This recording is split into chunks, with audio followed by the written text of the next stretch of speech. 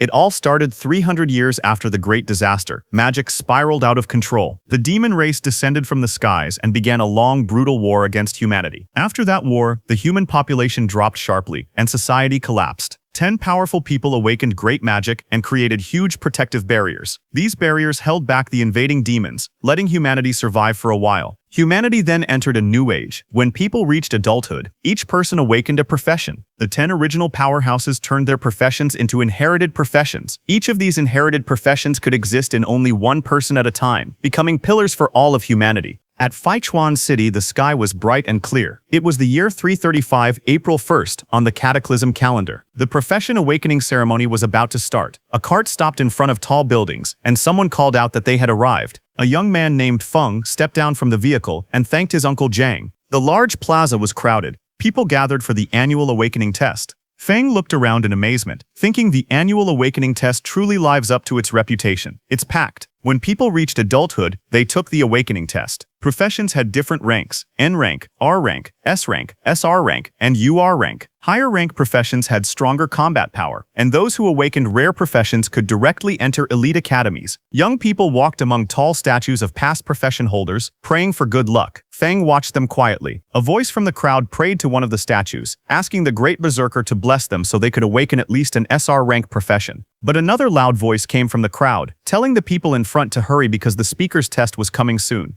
Nearby, Feng stood silently, watching the line. A girl prayed toward a statue, saying that she admired Lady Tianu since childhood and asking her for a blessing to awaken the most noble inherited profession. Hearing this, others thought it was funny and wondered who would daydream like that in broad daylight. Seeing those students, Feng then turned to someone beside him and asked what the people were doing. The other person looked surprised and asked Feng if he didn't know. He explained that there was a rumor that this year's test would produce a new inherited profession holder. He added that there were currently 4 vacant inherited professions, so it was natural that everyone was praying hard. Hearing that, Feng felt that everyone's eagerness to advance seemed stronger than usual this year. To him, that meant business would be good. Suddenly, bright magical fireworks burst in the sky, signaling the start of the testing. Someone shouted for everyone to hurry because the tests had officially begun. Inside the hall, the examiners read out the results one by one. They announced that Lin Hu awakened an R-rank profession at level 10, with 13 magic power. Then they reported Winsa as an N-rank profession at level 8, with 8 magic power. After that, they announced Jefei, who awakened an S-rank profession at level 34 with 55 magic power, and Jefei was accepted. A student with short hair was shocked to hear that Jefei actually had 55 magic power, and he wished he had that much magic power too. When Feng heard that, he immediately held up a bright red tomato and asked that short-haired man if he would like a tomato that could increase magic power. The short-haired man looked shocked at the offer. He asked in disbelief if it was really a tomato that increased magic power. Feng explained that he was a spirit plant doctor and this tomato was a premium variety he had carefully cultivated. He also said that each tomato increased magic power by 5% within 5 minutes, and that each one cost only 5 gold coins. He then showed a bag filled with different spirit plants, tomatoes, long cucumbers, sweet potatoes, and small yellow beans. He said that he also had hunger sweet potatoes that kept someone full for a whole day, fat-burning cucumbers, and strongman beans that increased attack power by 10%. Hearing that, 2 people nearby whispered among themselves. One of them wondered if this was a scam because he had never heard of spirit plants like these. Another person questioned how something could increase magic power and help someone lose weight. The short-haired man holding the tomato told them to just buy one and try it for themselves. He said they could check the buff effect after eating it and complained that he was tired of eating energy bars every day. Feng leaned forward with a confident smile. He announced that it was first come, first served. He said the quantity was limited, and once they were gone, they were gone. Then he added that the first customer could try one for free. Hearing that, the short-haired man stared at the tomato in his hand with a doubtful face. He looked tense and unsure. He then took a bite of the tomato. His face was still hesitant, but he bit into it anyway. Right after eating it, his expression changed completely.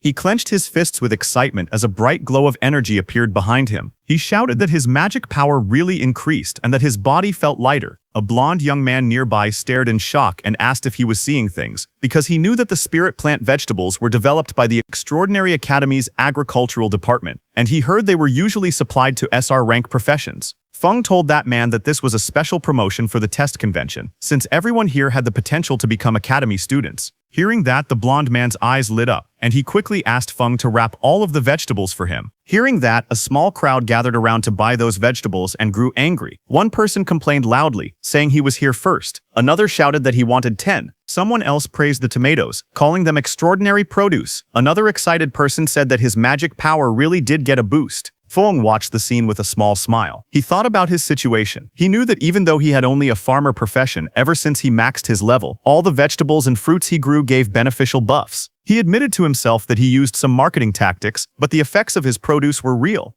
After selling all of his vegetables, Feng sat alone in front of a certain shop. He was packing his bag quietly and was about to leave, but suddenly noticed someone coming toward him. When he looked up, he saw that same blonde man from before approaching. Seeing that blonde man, Feng listed the things he sold: chestnut pumpkin seeds for 5 gold, flour rhino manure for 7 gold, grape wine making sugar for 10 gold, and some magic power boosting potions worth 257 gold. After listing everything, he handed over 10 gold to that blonde man and said it was his payment. This blonde man was Feng's friend, who helped him sell his vegetables by boasting about them as a customer. As the blonde man accepted the coins, Feng complained that he didn't have enough money left to buy premium fertilizer for improving his fields. The blonde man thanked him, calling him Brother Feng. He said the spirit plants were very useful and asked why he didn't grow more. Hearing that, Feng got annoyed and hit the blonde man, asking if he thought growing spirit plants with such effects was easy. Later, the two of them walked together under a clear blue sky. The blonde man said it was a shame because Feng had high talent since childhood, yet he was only— But before he could complete his words, Feng interrupted and told him to hurry home, saying Aunt Joe was waiting for him. Then Feng walked alone under a bridge, thinking about what that blonde man was saying. Although people called him a genius since childhood, he only awakened the N-rank farmer profession. He recalled that when he went to burn paper offerings for his deceased father, who had been an archdruid, he was scared his father might jump out of the coffin. Thinking positively, he said that maybe this was karmic balance, since he had a herbalist mother and an archdruid father, yet he became a farmer. But in truth, he was satisfied with his peaceful life. He felt relieved that he did not have to go to the battlefield and die like his father, and that his mother would not have to worry. As he walked forward, he said that even if it was only for his mother's sake, he must take care of their family farm properly. But suddenly, a single drop of water fell on his face. He looked up in confusion. He asked himself why it was raining when the sky was clear. But wind suddenly swirled around him, and a man came falling toward him from the sky.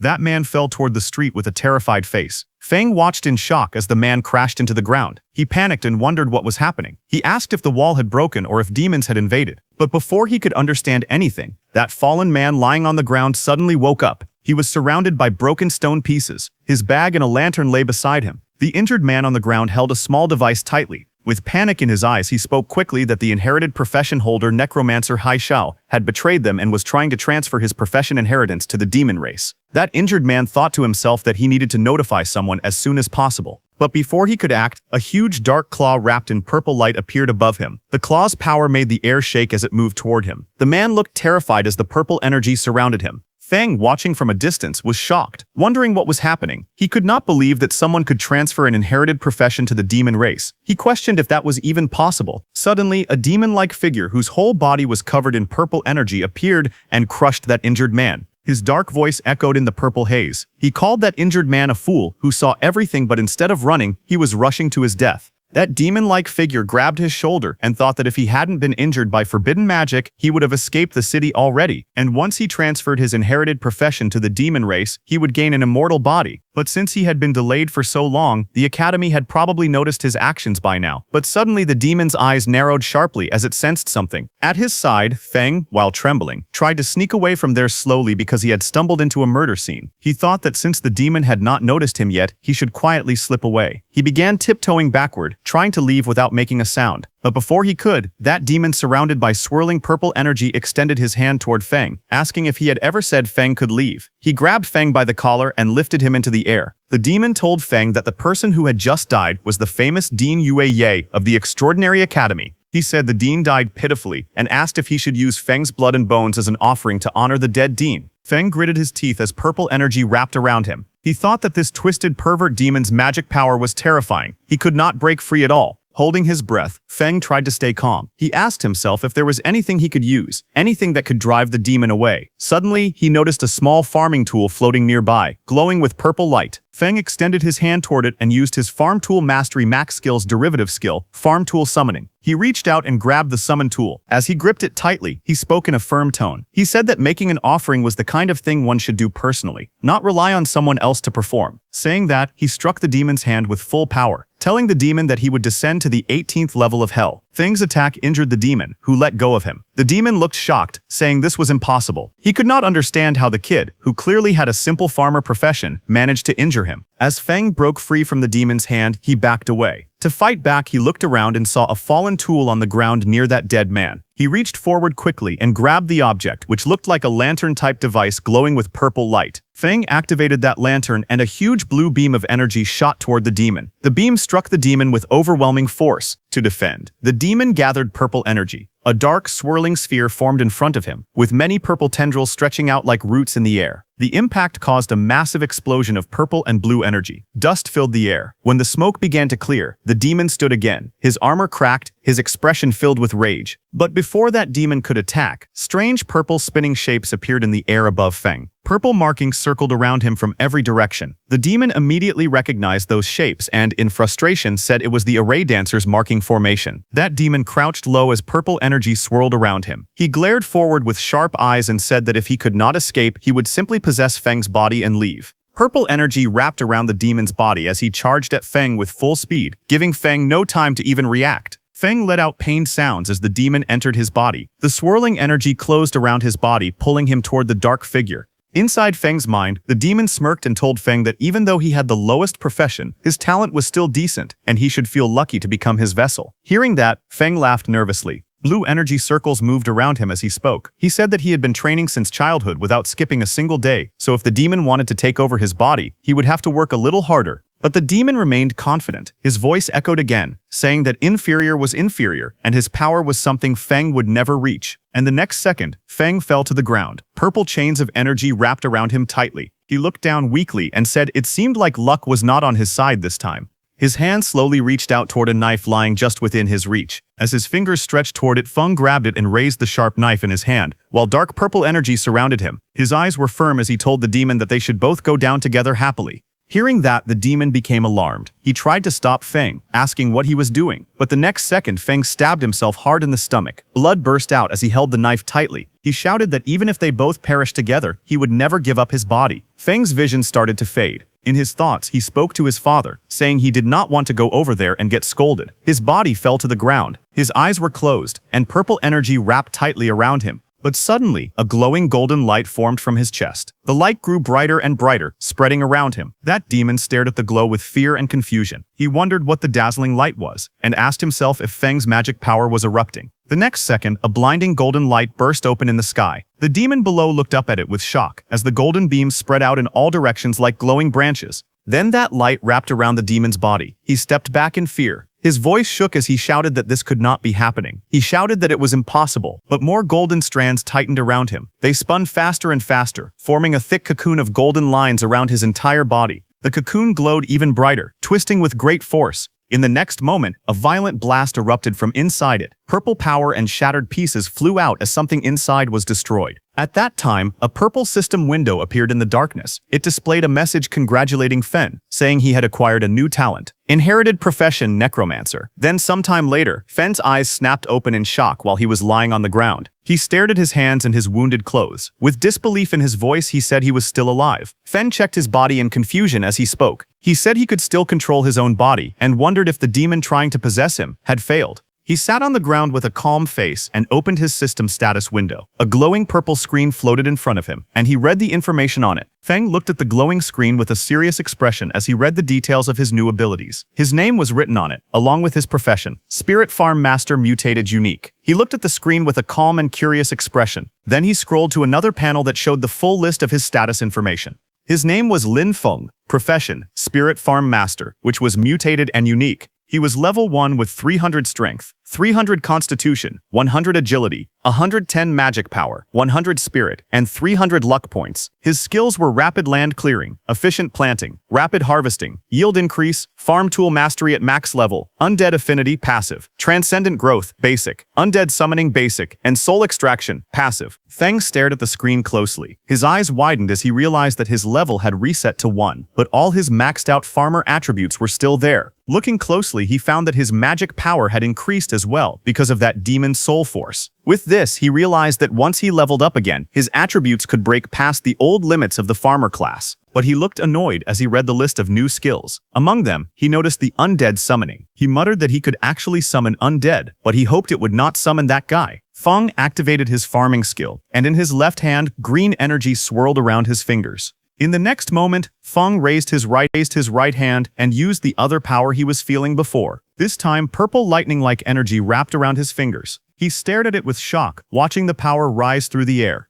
Then Feng combined both of those energies and saw green and purple energies mixing inside his hand. He slowly realized what was happening. The farmer's magic power was merging together with the undead magic power. His face turned tense. He closed his eyes for a moment as he understood that something inside him had changed. He saw his glowing profession chart filled with symbols. He saw a green calm chart, and then he saw another chart releasing violent purple lightning. His profession tree was forming new branches. With a worried look, he realized that his profession tree had split. He had not changed classes. He had gained an additional profession. Feng stared at it in disbelief. He recognized one of the symbols of that purple chart and understood what it meant. That demon who entered his body earlier was actually an awakener of a legendary inherited profession, Necromancer. He looked at that demon's purple figure lying on the ground and wondered in disbelief if this guy was a Necromancer. The profession tree continued glowing. Purple electricity ran across it. Feng looked at his own hand again. A swirling green-purple power pulsed inside his palm. He could feel that the power still did not belong to him. He became anxious. He knew that if he couldn't tame this energy and fully turn it into his own power, something dangerous would happen. His farmer profession would collapse, disappear, and his consciousness might be devoured by that demon again. Feng covered his face, embarrassed. He glanced at the profession tree and thought that the yellow color on his own farming icons looked dirty and earthy. Feng stood inside a glowing purple magic circle. Purple runes floated around him as he raised his hand and activated the skill Undead Summoning. Right after that, purple energy cracked the ground as the space around him shook. Broken pieces of the ground floated into the air as purple lightning hit the Necromancer and the human he killed before. The purple energy swirled wildly as something began to appear inside the circle. Two figures slowly formed from the purple light. One had a body shining like a pale blue phantom. He was Yu, level 1 undead sage. The second figure appeared glowing bright purple with sharp armor and long hair. He was He Xiao, level 1 undead wild hunt. Feng looked at them and realized it was really that human and the Necromancer. Even though their levels had been reset, all their abilities were still preserved and they could level up again. After all that commotion, he knew the law enforcement squad was on the way, so he needed to leave quickly. He immediately turned to leave because he also understood that no one would believe an ordinary farmer could kill two extraordinary individuals. Instead, if anyone found out about his current situation, it could bring serious danger to him. So Feng walked away with his backpack. But he was determined and said that the urgent priority was to find a place that could give him protection, resources, and high-tier land. He wanted a place where he could test and control his dangerous new power and turn his dad's theories into reality. Then one day later, Feng went to his family farmland, which was clear and bright. Feng walked along the open fields, looking troubled. He thought about how a full day had passed, yet the Necromancer's influence on his profession still had not faded. But leaving that aside, he opened his laptop to watch the news. A man in a suit appeared on the finance channel. He greeted the audience and announced that the day marked the birthday of a veteran agricultural teacher.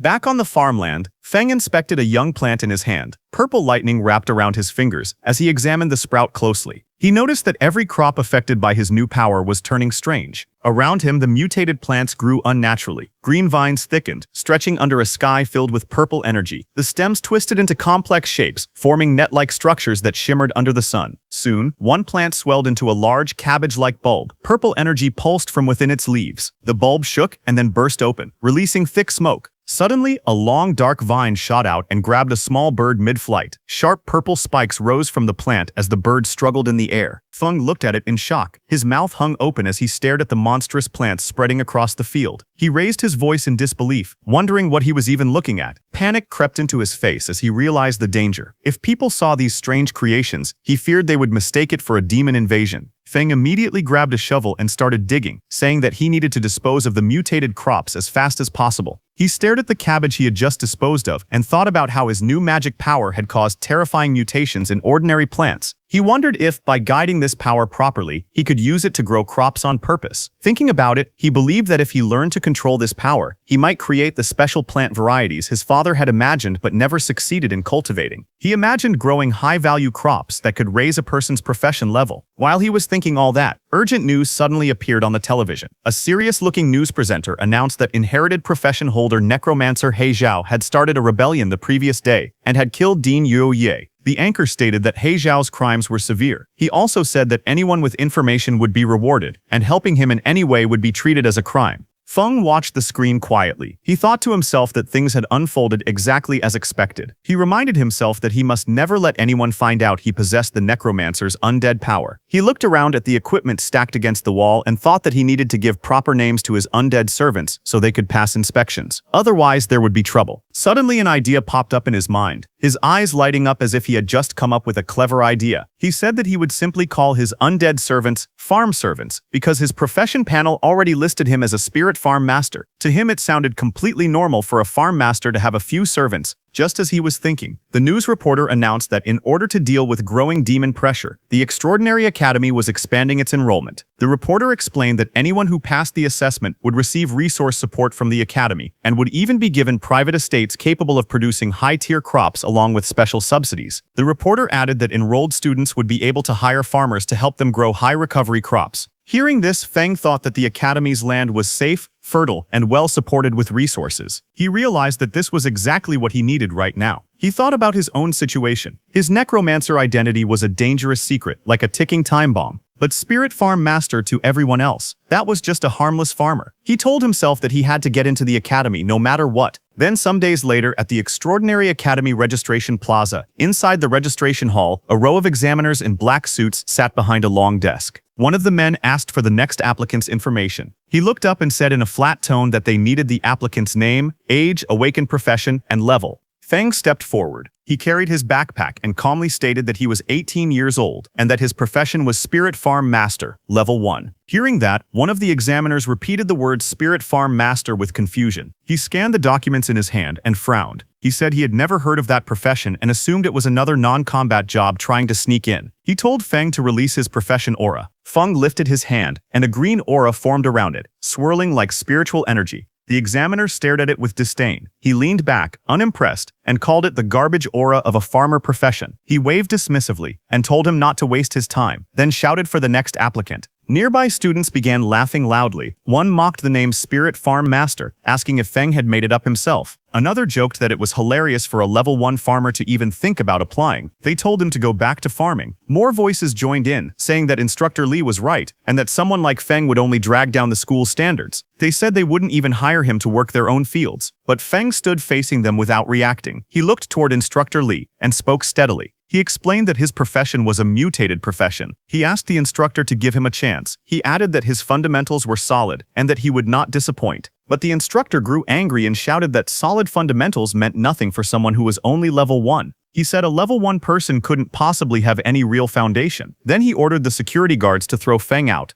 Hearing that, Feng stepped forward calmly and reminded the instructor of the rules. He said the recruitment notice clearly stated that all professionals were allowed to take the test. He warned the instructor to be careful, saying he might even report him. Feng then held up his phone. With a smug look, he pretended to call the supervision bureau and said there was a teacher refusing to let him take the academy exam. Hearing that, the instructor panicked. He rushed forward and grabbed the phone from Feng's hand. His face twisted in anger as he shouted at Feng. He threatened him, saying that if Feng dared to report him, he would make him regret it. He also said he didn't believe a level 1 farmer could ever pass the exam. Nearby students whispered to each other. Some said that even if Feng was a farmer-type profession, the instructor's attitude was too much. Others said Instructor Lee's behavior seemed excessive. One of them mentioned hearing that the instructor failed a promotion exam and could only work at the admissions office now. Hearing them talking, the instructor shouted loudly at everyone. He told anyone who didn't want to take the test to get lost, his voice full of irritation as the crowd watched. Then sometime later, the group began walking behind the instructor. Feng followed among the other students. Soon they arrived at a huge building covered with giant twisted wooden roots. Many people stood outside it. The instructor looked back and spoke, telling Feng that he could still admit defeat now if he wanted. But Feng walked forward calmly and thanked the instructor for leading the way. The entrance was covered with wooden boards marked with warning signs. Two glowing portals appeared on the ground, and Feng stepped toward them with the others. Inside the structure, Feng flew through the air, bouncing between the thick wooden roots. He managed to land on one of the roots and caught his balance. Feng narrowed his eyes and said that it was time to let the horned rabbits experience the terror of industrialized farming. He then sat down and pulled out a jar filled with orange powder. With a confident smile, he explained that this carrot essence powder was his newest creation. According to him, it could easily lure even level 20 mighty rabbits, so dealing with these low-level horned rabbits would be simple. He said it was a piece of cake. He then knelt on the ground, sprinkling the carrot essence powder carefully over the soil. A thin trail of powder spread out around him as he worked. Then immediately carrots grew on the ground. A few minutes later, a small pink-horned rabbit appeared. It sat happily among the grass with several carrots lying in front of it, looking excited as it stared at the food. But suddenly, Feng's powerful undead, covered in dark purple energy, rushed forward. Their attack hit the rabbit instantly, knocking it away with a burst of lightning-like force. Feng stood before his two summoned warriors. One was dark and sharp with blue and black armor, the other wrapped in glowing purple energy. He told them that waiting for rabbits was too slow and instructed them to listen carefully. He ordered both of them to make sure no one else saw them and to kill every horned rabbit that had been lured nearby. He looked determined and said they should kill as many as possible. Right after that, the two undead warriors burst out with bright blue and purple energy, shooting forward through the giant wooden roots. The purple undead used its massive sword and cut down many horned rabbits in one slice. Meanwhile, many horned rabbits flew into the air, trapped inside glowing blue bubbles. The dark blue armored undead floated among them, controlling the swirling energy around the captured rabbits. And then, with a flick of his finger, he killed all of them. Feng watched them and whispered to himself that the two undead following him were still incredibly strong, even though they were only level 1. He felt he had really gotten lucky. But suddenly a loud bell rang and a voice announced that time was up.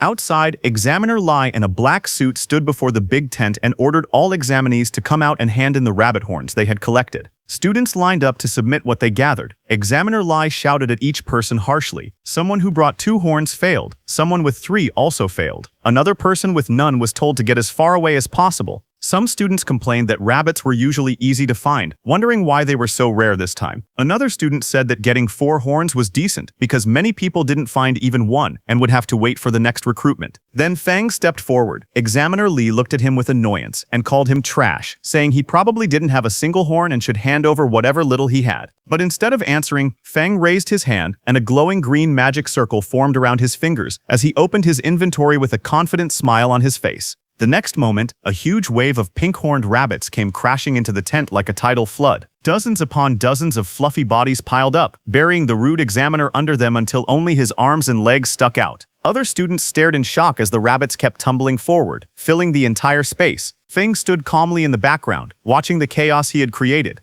Examiner Li and the staff member beside him looked at those rabbits in shock. Feng smiled slightly and told them that he had a total of 500 horned rabbit horns. He politely asked if they wanted to count them. The examiner's face twisted in disbelief. He stuttered in panic and accused Feng of cheating. But suddenly, the teaching director appeared. He stepped forward with a stern expression and scolded the examiner, asking how someone his age could still bully a child. The examiner froze and nervously asked why the director was there. The director said that if he hadn't come, all of his pet rabbits would have been wiped out by people with no professional ethics. The director then looked at Feng and told him that he had passed the preliminary test. Hearing that, Feng bowed deeply toward him and thanked him for being fair. But when the director saw Feng's face, he got shocked. He stared closely at Feng and said that Feng gave him a familiar feeling and asked if Feng knew why. Hearing that, Feng's eyes narrowed slightly. A tiny bead of sweat slid down his cheek. He stayed silent, but his expression showed clear unease. He walked back as his thoughts surfaced. He wondered if he had been exposed. His face hardened with worry as he looked ahead, unsure of what the director had figured. The teaching director stood in front of Feng with a calm expression. He looked down at Feng and asked what his relationship was with Professor Lin Jie. Hearing that, Feng's eyes shifted slightly. He sighed, thinking to himself that it seemed the director hadn't discovered his class ability. Feng then relaxed and calmly said that Lin Jie was his father, and asked if the director knew him. Hearing that, the director's expression softened. He leaned forward with interest and said that Feng was the son of an old friend. Judging from the situation, he assumed Feng was planning to enroll in the school. The director then asked if there were any difficulties and, as his uncle, offered to pull some strings for him. But before he could continue, a woman with long pink hair stepped forward. She wore glasses and a white dress. She coughed and told the director that everyone was watching. Hearing that, the director turned around and saw a group of students standing behind him, staring and whispering among themselves. The director muttered that he was only expressing his thoughts. He then looked back at Feng and said that he had some business to handle. He promised that once Feng enrolled, he would personally show him around the school. The director walked away, and the next second, his body was surrounded by swirling smoke and he disappeared. Feng watched him leave, a bead of sweat trailing down his cheek as he wondered why the teaching director gave off such unreliable vibes. Then that pink-haired teacher stood in front of the gathered students. She raised both arms and announced that the students who passed the prelims should follow her. She then told the ones who didn't pass not to be discouraged, promising that there would be more chances next time. The scene then shifted to a large meeting room inside the Extraordinary Academy's solar branch. Several people in suits sat around a long table while a man at the front prepared a briefing. A man with long hair stood before a large display board filled with silhouettes and images. He explained that Dean Yueye and He Xiao had gone missing at the same time. He said Dean Yueye had likely discovered He Xiao's secret and had been spotted during the pursuit. He continued, saying the two eventually perished together, but there was still an unknown mastermind who had taken He Xiao's legacy talent. With growing excitement, he declared that if they found the person who took the undead talent, they would uncover the truth behind everything. He pointed at the display board and insisted this had to be the answer. Hearing him, another man grabbed his head in frustration. He told the excited man named Tuka that they understood he wanted to earn merit, but asked him to stop making brainless guesses. Hearing him, Tuka slammed the table. His voice shook with anger as he shouted that none of them believed him. He warned them to just wait, because he would definitely find the evidence. Across from him, the two people seated at the table stared back nervously, sweat dropping down their faces. As Tuka left the room in anger, a woman asked her companion if it wasn't bad to let Tuka leave like that, since he was connected to the Duke. Hearing that, the man turned to her in surprise. But suddenly, the teaching director stepped forward through swirling white energy. He said it was better that the troublemaker was gone, because the Solar Academy existed to train real elites, not to give out empty positions. The director then explained that a mission had been issued from above. Once He Xiao was found, he must be killed on sight. He asked if the two officers understood. The woman hesitated and asked what they should do if He Xiao was already dead. The director looked away and said that maybe He Xiao had changed his appearance. So anyone who used necromancer skills, he said coldly, would be wiped out completely. Meanwhile, in the mission hall of the Extraordinary Academy, many students gathered under the bright lights. A glowing blue portal floated behind the podium, casting light across the room as students chatted and waited. Then suddenly, that pink-haired teacher came out of the portal and stood at the podium and began announcing the mission. She stated that the re-examination task required all new students to clear a level 5 special dungeon called the Magic Horned Beast Lair, located outside the city. She also announced that the time limit for the mission was only 3 hours. Hearing her, the crowd in front reacted with shock. Some students panicked, saying they were only level 4 or 5, wondering how they could possibly finish such a dungeon in such a short time. One boy asked if anyone could actually do something that difficult. Another said grinding down the final boss might be possible, but completing everything within 3 hours seemed too hard. The pink-haired instructor smiled calmly. She told them that they were not required to clear it solo. She explained that they were allowed to form parties, but each team could not exceed 5 members. After forming a group, they had to return and register their starting time. Hands immediately shot up throughout the hall. Some shouted that their team of 4 needed one strong frontline warrior. Others called out that they were elemental mages with explosive damage. A girl introduced herself as Zhao Nanliang and asked if any strong seniors would be willing to carry her. Among the lively crowd, Feng stood off to the side. Carrying his backpack, he looked down at a glowing system screen in front of him, reading the mission details displayed on it. While Feng was standing quietly, suddenly a pair of red high-heeled boots stepped toward him. Feng lifted his head slightly, noticing someone approaching. A pink-haired girl with twin buns stood in front of him, smiling warmly. She introduced herself as a level 7 magic class student. She told him she had watched his prelims and saw how he managed to kill so many magic horned rabbits. She said he must be very amazing and politely asked if she could team up with him.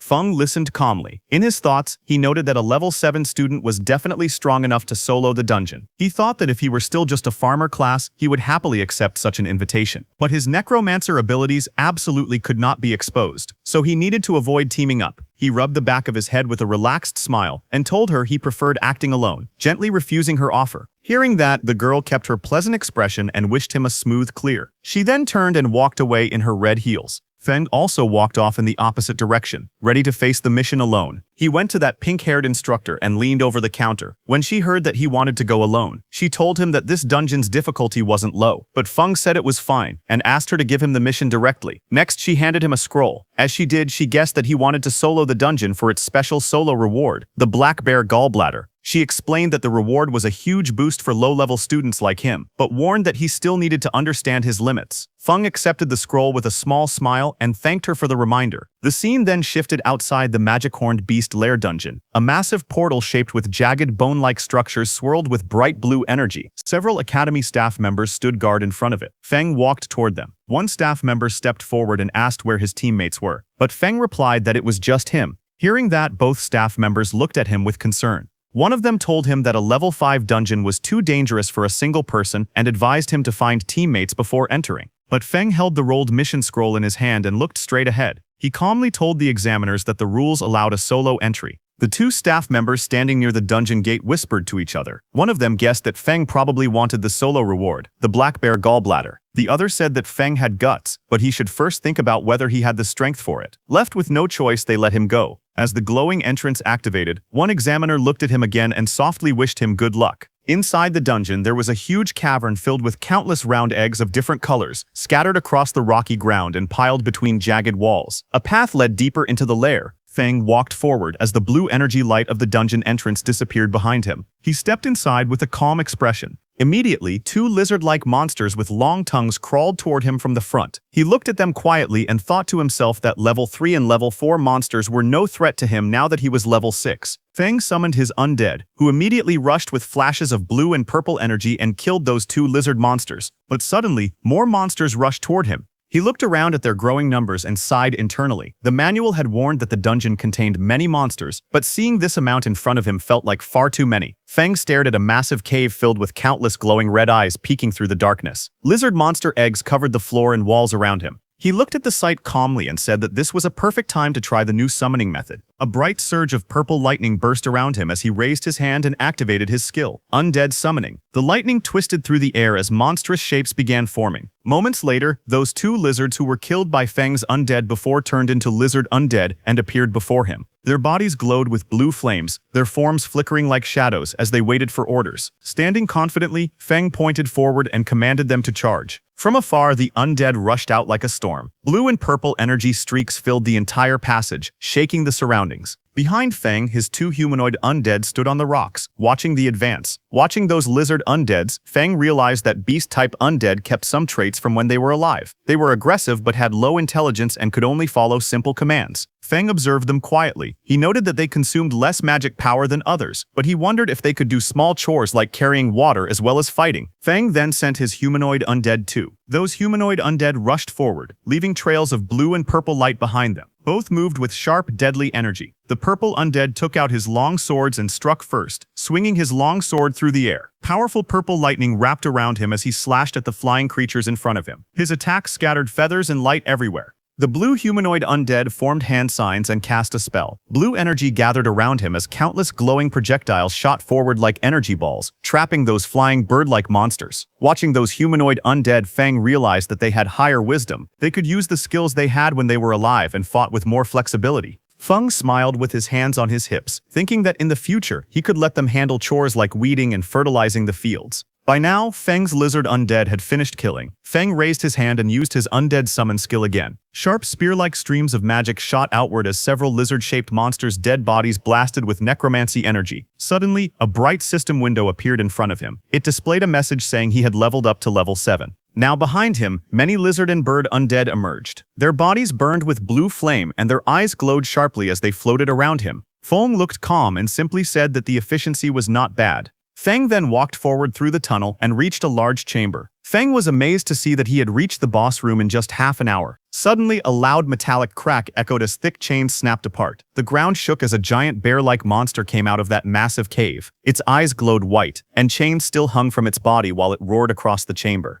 Feng looked at the boss with a sharp expression. He said that since this was the boss, it was perfect for testing overall combat power. He called for all his undead to come out. All of Feng's humanoid and beast undead appeared behind him. Energy swirled around all of them as they lined up at his command. Feng then issued his orders. He told He Xiao to handle the frontal containment. He told Yue to curse and weaken the boss. He instructed the other undead units to attack the boss's joints and its eyes. On his command, all of his undead charged at the giant bear monster standing in front of him. They continuously attacked across its fur as it struggled and roared. In front of it, Feng sat calmly on a mat, a small snack box in his backpack beside him, as if he were having a quiet break while the battle raged. He watched the ongoing fight and noted that the coordination of his undead was getting smoother. He was eating grapes and system notification points popped up saying his magic power had recovered by 666 points, and it kept increasing as he ate more and more grapes. Then Feng's purple undead lunged at the chained boss. The boss monster swung its claws, but it did no damage to the purple undead, and it got closer to the boss. The purple undead collected huge amounts of lightning energy in his hand and punched the boss monster. His punch was so powerful that the whole ground exploded with a huge explosion. It was a massive burst of energy that swallowed the monster in blinding light. Immediately, a system notification appeared in front of Feng, showing that he had leveled up again and became level 8. Just as the bear monster died, a pile of glowing reward pouches appeared on the ground shining with warm golden light. Feng immediately crouched down and examined one of the rewards in his hand. It was a strange red organ floating above his palm. Looking at it, he frowned in disappointment. He commented that the reward only increased his constitution by 10 points. To him, that was useless, nowhere near the improvement he could get from the supercrops he grew himself. But suddenly, another system notification popped in front of him. It stated that the system was calculating the dungeon rewards. It confirmed his current classes, Farmer and Necromancer, and would distribute rewards for both. Immediately, 2 golden chests emerged before him, glowing with brilliant light. Feng was shocked to see them, and realized that the dungeon settlement had actually given him 2 sets of rewards. He wondered if it was because he had dual classes. Then a sudden idea flashed through his mind, and a confident smile formed on his face. He said that if dungeon settlements could give double rewards, then there might also be a way to manipulate the crops he planted to receive even more benefits. Then after clearing the dungeon, Feng left the dungeon. As he walked out, everyone there, all the hunters, were shocked to see him. One of them muttered in shock, asking if he had really finished the dungeon alone. 2 of the hunters whispered among themselves, their voices filled with doubt. One shouted that it was impossible. Everyone knew how dangerous the inside of that cave was. There was no way he had cleared it alone. He claimed that Feng must have hidden inside just to save face and never gone deeper. Another hunter added that it didn't make sense. His clothes were spotless. There was no way someone that clean had fought through a swarm of magic beasts. But Feng didn't care what they said. He went to the mission center and handed over the mission scroll to that pink-haired teacher, saying he was there to hand in the mission. The pink-haired teacher checked the dungeon scroll in her hands, and a green confirmation mark appeared on the screen, confirming that he had completed the mission. Seeing that, the pink-haired teacher's eyes widened in shock. She couldn't believe that he had actually passed, and that he had done it completely solo. Feng smiled softly. His expression remained composed, confident, and quietly satisfied with his achievement. Inside the academy's mission hall, the pink-haired instructor took the mission completion scroll from Feng. Her expression was calm yet serious, as she spoke to Feng standing across from her. She said she would submit the scroll to the academic affairs office, but warned him that clearing a dungeon alone was still far too reckless. She added that if a freshman were to die in a dungeon right after entering the school, it would become a serious problem. Feng listened quietly, his usual composed smile returning. He nodded and replied respectfully that he understood and thanked her for the reminder. The instructor adjusted her glasses and smiled softly. She told him that the final instructor interview would soon begin in the academy auditorium, and advised him to take some rest before then. Feng nodded again and turned away, walking down the bright hallway with his hands in his pockets. Behind the glass walls, a few upperclassmen noticed him leaving. They whispered among themselves, watching curiously as he disappeared around the corner. Seeing those upperclassmen watching Feng, the pink-haired instructor sighed lightly and pushed up her glasses again. She thought to herself that she hoped this experience would teach Feng a lesson. Being too bold or impulsive in the academy could easily lead to trouble. Outside, Feng walked through the academy's forest path. Sunlight streamed through the tall trees as a faint light barrier shimmered between the woods. Feng walked quietly through the forest path when he suddenly sensed something behind him. His eyes narrowed slightly as he realized that someone was following him. Behind the trees, a group of 3 boys hid awkwardly, each holding a cloth in front of themselves as they tried to stay concealed. Feng kept walking forward, lifting his hand casually as a faint purple magic circle appeared around his fingers. A little farther back, the 3 boys whispered nervously among themselves. One of them frowned and said that since Feng could clear a dungeon alone, his strength must not be simple. He worried they might mess up. Another one waved it off. He said that no matter how strong Feng was, he was still under level 10, so his strength had limits. The third added that Feng had just finished a dungeon, so his energy consumption must be high. None of them had seen him recover yet. Their confidence slowly returned. One of them smirked and said they would crush him with numbers. Another reminded the group how badly they wanted the demon bear gall that increased stamina by 10. When they saw Feng walking away, one of them urged the others to hurry and catch him. They shouted at him from behind, calling out, "Hey, you farmer, stand still." Feng stopped and turned his head slightly. With a calm expression, he asked if they were shouting at him. The group stepped forward with aggressive confidence, surrounding him. One of them mocked him, asking if he wasn't afraid of bursting from taking so many rewards by himself. Another insisted he must have gotten lucky inside the dungeon and found something valuable by accident. He demanded that Feng hand over the demon bear gall and the skill scroll. All of them flared their combat energy, their bodies glowing with blue light. One boy pointed at him and warned that if he didn't act sensibly, they would show him the true power of a combat class. Meanwhile, Feng stood still, facing them quietly. Feng looked at the group surrounding him and asked calmly why. Out of so many examinees, they had chosen him. One of the boys stepped forward, pointing at him with an exaggerated expression. He asked if Feng really didn't know the reason or if he was pretending. Another student explained that the exclusive reward for a solo dungeon clear, the Demon Bear Gall, was a valuable item that added 10 stamina. He said that something so good was not something a farmer like him should be holding. Hearing that, Feng did a comparison in his mind of the Demon Bear Gall, which increases stamina by 10, with his Stamina Watermelon, which also increases stamina by 10. Feng squinted slightly and wondered if something that added 10 stamina was really that amazing. He thought about the watermelons he grew every summer, which also added plus 10 stamina without needing to fight through a dungeon. Then he lifted his hand and took out the Demon Bear Gall from his inventory. Red energy curled around his fingers as he showed the item in his palm. He asked if the thing they were talking about was this. Seeing that, the man with the short hair immediately lunged forward with an angry expression. He stretched out his hand toward Feng's and shouted for him to give the item to him. But suddenly, a fireball exploded between them the moment he reached out. A violent blast of fire and smoke burst outward, filling the area with heat and golden light. The shockwave pushed the short-haired man back as he stared at the spreading flames in surprise. In the next second, a pink-haired girl rushed in. She held her staff in front of Feng and glared at the troublemakers. She demanded to know what they were planning to do. She reminded them that private fighting was forbidden in the academy and warned them that they could be disqualified. The short-haired man raised his weapon and tried to explain. He insisted that the matter had nothing to do with the pink-haired girl and that it only concerned Feng behind her. But the girl stepped forward without hesitation. Her eyes narrowed as she said that if she couldn't stand what she saw, then it absolutely had something to do with her. She lifted her staff, flames swirling around her as she made her final threat. She told them to leave immediately, or she would report everything to the instructor and see who would suffer more. Hearing that, the man with the fierce grin looked straight ahead, his expression full of arrogance. He spoke with confidence, saying that reporting the matter would only work if she even got the chance. And since she insisted on protecting the farmer, they would deal with her as well. He raised his voice and shouted to his group. He ordered his brothers to attack quickly, telling them to finish the battle fast. Two of his men rushed forward together, each holding a weapon glowing with blue energy. They charged toward Feng and the pink-haired girl standing in front of him. As they came closer, Feng quietly observed the girl. He noted that she was currently a level 7 class user, which meant she should be quite strong. He wondered if she was capable of handling all these small fry by herself. The girl, however, glared forward with clear anger in her eyes. She said that their methods were truly dirty. Then she turned slightly and asked Feng beside her if he would like to join forces. But before she finished speaking, she spun around in surprise. Feng was already running away at full speed through the forest, leaving her behind without hesitation. As she watched him escape, Feng threw something toward her. It was the red glowing Demon Bear Gall. She reacted instantly and caught the Demon Bear Gall smoothly with one hand. Her eyes widened slightly as she stared at the item she now held. The red energy curled around her fingers. Feng raised his hand with a bright smile on his face. He thanked the pink-haired girl politely and said that the thing he gave her now belonged to her. Before the pink-haired girl could even react to what had just happened, those three men rushed toward her with furious expressions. Their bodies glowed with blue energy as they leapt forward. Seeing that, the pink-haired girl shouted loudly, wondering why everything had suddenly turned into her being robbed when she had just come to help Feng.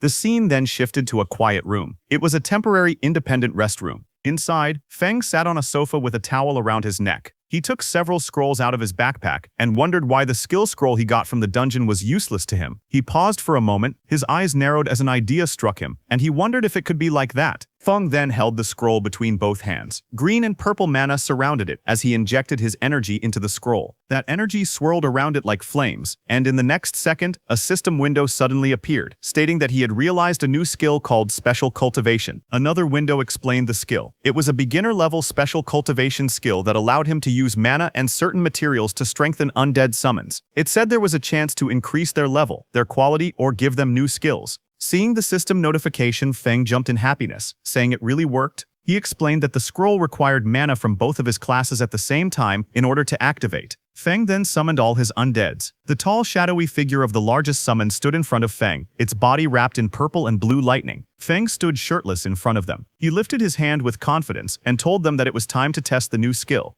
Green energy flickered around Feng's fingers as he focused. His expression stayed calm as if he already knew the result. The tallest summon, He Kui, was the first to react. Purple flames burst from its body as its power rose sharply, and a glowing message appeared beside it showing that it had advanced from level 6 to level 8. Next, the summon with the icy armor, Yu Ye, was covered in swirling blue energy. Its strength climbed rapidly, and it rose from level 6 to level 8 as well. The demon horned bear followed soon after. Blue light wrapped around its heavy frame, and its level jumped from 7 to 9. Two smaller summons, the horned lizard and the horned eagle, glowed together in bright blue light. Their combined levels increased, rising from level 5 and 6 to level 7. Watching all of this, Feng tilted his head slightly. A small smile appeared on his face as he nodded in satisfaction. He said softly that it was not bad at all. He stood facing his newly empowered summons. Purple and blue energy stormed around their bodies. The huge figures of He Kui and Yue Ye towered in front of him, both stronger than before, as they waited for his next command. Watching them, Feng lowered his eyes, and a quiet thought formed in his mind. He said that the only bad thing was when he would be able to obtain new fields, because he couldn't bring himself to ruin the fields at home just to experiment on new crops. Then sometime later he walked out of his room wearing casual clothes and a backpack. He stepped through the doorway with his hands in his pockets, but as he was closing the door, suddenly that pink hair appeared and called out to him. She brought up the demon bear gall. Feng turned slightly and, lightly smiling, told her that the demon bear gall was hers. Hearing that, the pink-haired girl's eyes widened. She held a small package tightly against her chest and shouted that the item was very valuable. Hearing that, Feng stared at her with a tired expression, his eyes half open. He muttered that there was no need to treat such rotten material like a treasure, and after saying that, he left from there. The girl froze. She repeated his words in disbelief and asked if she had heard correctly. Rotten. Feng left the resting area and walked deeper into the forest, where tall trees covered the area. He was very deep in the woods. He looked left and right and thought that there shouldn't be anyone around. After confirming that no one was around, Feng activated his skill and purple energy gathered around his hands. He wondered what effect the new skill had on crops. The purple energy spread toward two nearby plants, wrapping around them. The plants reacted as the power hit them, growing in some strange way. Feng looked at the plants with a confused face and commented that they looked no different from before when he used his skill on his farm. But suddenly, his eyes widened as he realized something was different. In the next instant, the plants exploded into a huge transformation. A monstrous flower burst upward with sharp teeth and vines, rising high above him as purple energy shot around the forest. Feng's expression was filled with surprise as he looked at the plants in front of him, asking if these two crops could actually move. His eyes were wide, and he seemed unable to believe that the crops could really move on their own. Elsewhere in the forest, another figure sprinted across the treetops with great speed. The spirit energy detector in his hand glowed, and he shouted that the energy reading was getting closer. That man was Tuka, who landed on another high branch. He checked the readings again and said that his guess was right. There was the aura of a necromancer somewhere in the area. A moment later, Tuka reached the forest path. Just as he walked forward, he noticed Feng with a backpack passing by. Tuka suddenly stopped and turned around quickly, staring at Feng. Then he reached out and grabbed Feng by the shoulder, stopping him. With a suspicious look, he asked if Feng was a farmer, because he looked like one judging his clothes. Feng leaned closer and asked Tuka if a farmer had provoked him. Tuka's face then shifted into a look of mild disgust, his eyebrows tightening as he examined Feng in silence. Then Tuka raised his voice, calling Feng farmer, demanded to know if he had seen a strange person appear nearby. Hearing that, Feng lightly touched his chin and answered that he actually had. Hearing this, Tuka leaned forward in excitement and urgently asked where the person was. Feng lifted his hand and pointed directly at Tuka standing in front, saying the strange person was right there. Hearing that, Tuka froze for a moment, then his expression turning red with anger. Flames rose behind him as he shouted, asking how dare Feng humiliate him. He angrily declared his status, an elite of Sunwheel Academy and the nephew of the Iron Lion Duke. His rage only grew stronger. He yelled that a lowly farmer dared to be rude to the nephew of a duke. Fire wrapped around his arm as he swung his fist forward, shouting that he would kill Feng. Tuka transformed into a wolfman, his body surrounded by violent green energy. He shouted that the lowly farmer would pay for his stupid words and actions. The green aura surged wildly around his body as rocks and debris were thrown into the air. Feng was pushed back by the impact. He crossed his arms in front of his chest and planted his feet firmly on the ground. Stones shattered and dust burst upward around him, but he remained standing. His expression was calm and his eyes were cold. He stated that the farmer Tuka looked down on could defeat him with one hand. Tuka laughed and lunged forward with glowing green energy swirling wildly around his body. His claws were raised as he charged straight toward Feng. He shouted for him to taste his attack. However, Feng's expression remained calm. As he noticed something strange, he thought that although he didn't know why the aconite from his field had changed after being corroded by undead magic, it had gained a paralytic effect. He said that the last time he tested it, he had been numb and stuck in bed for an entire day. He added that grinding the aconite into powder really worked as a narcotic. Tuka's face twisted as he inhaled the narcotic. Dark particles and green energy clung to his fur. Moments later, his eyes spun, stars circling above his head. His body swayed unsteadily, and his whole body started feeling dizzy. He looked down at his own body in panic, and demanded to know what had been done to him, shouting angrily as he asked why his strength had suddenly disappeared. Feng stood calmly in the forest. He raised his fingers to his nose casually as he walked forward. With a calm expression, he said that it was just some common aconite powder from the fields. Then he leaned forward, green energy flowing around his arm. With a calm but sharp expression, he said that this was the kind of power farmers had.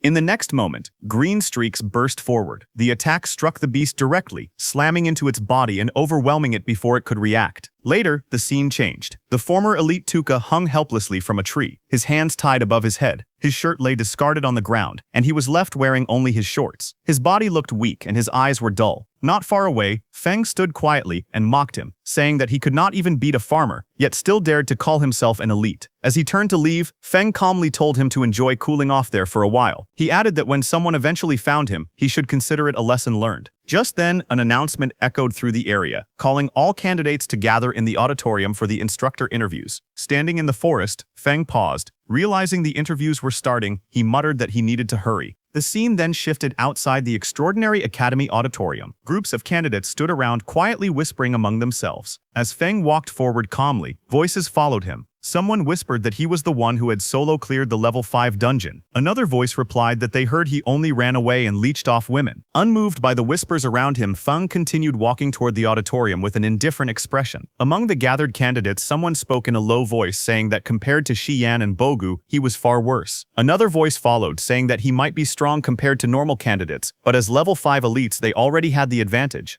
Nearby, a pink-haired girl stepped forward and handed something to Feng, telling him that it was his. Feng scratched the back of his head and smiled faintly. He leaned forward and told her to keep it, saying that it was really useless to him. Later, Feng walked through the crowd while eating casually. A notification appeared above him, showing temporary stamina +2 twice. Looking confused, he thought to himself that he truly did not understand why people treated that kind of thing like a treasure. Inside the auditorium, the scene was marked as the instructor interview site. Several instructors sat behind a long desk, watching quietly. A voice explained that during the interview, instructors choose students, but students also choose instructors. It was said that students and instructors bring out the best in each other. The instructor then announced that he would call students by name to come forward. He called out the first name, Shiyan. Shiyan stood up among the seats and introduced himself. He said that his name was Shiyan and that he was a level 6 Earth-type warrior. He then spoke again saying that this was his current ability. As he finished speaking, a large battle armor appeared, surrounded by glowing energy. One of the instructors leaned forward and spoke. He said that it was not bad, and introduced himself as a level 44 Earth-type berserker. He then asked Shiyan how about becoming his instructor. Shiyan reacted immediately and said that he would be honored.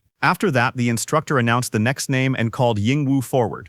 The instructor looked down at the list and called out the next name, saying it was Lin Feng. Lin Feng stood up from his seat and walked forward calmly, moving past the other candidates. As he stepped into the center, he introduced himself. He stated clearly that his name was Lin Feng, and that he was a level 8 spirit farm master. As he spoke, green energy rose around his body, surrounding him as he stood there in silence. The two female instructors watched Lin Feng from their seats. The woman with pink hair commented that reaching level 8 at his age was very impressive. The woman beside her leaned closer and reminded her to look carefully, saying he was still just a farmer. Across the table, another instructor leaned against his colleague and spoke casually. He said that their extraordinary academy trained talent for the front lines, not ordinary people meant to be cannon fodder. But he also admitted that Lin Feng had performed very well in both the preliminary and second tests. The main examiner adjusted his monocle and looked at the others. He cleared his throat and suggested that, since everyone had different opinions, they should run a combatability assessment for Lin Feng. After hearing this, the instructors began giving their responses one by one. The man with long dark hair crossed his arms and said he agreed. The woman with pink hair smiled and said it worked for her. Another instructor leaned back casually and said he didn't mind at all.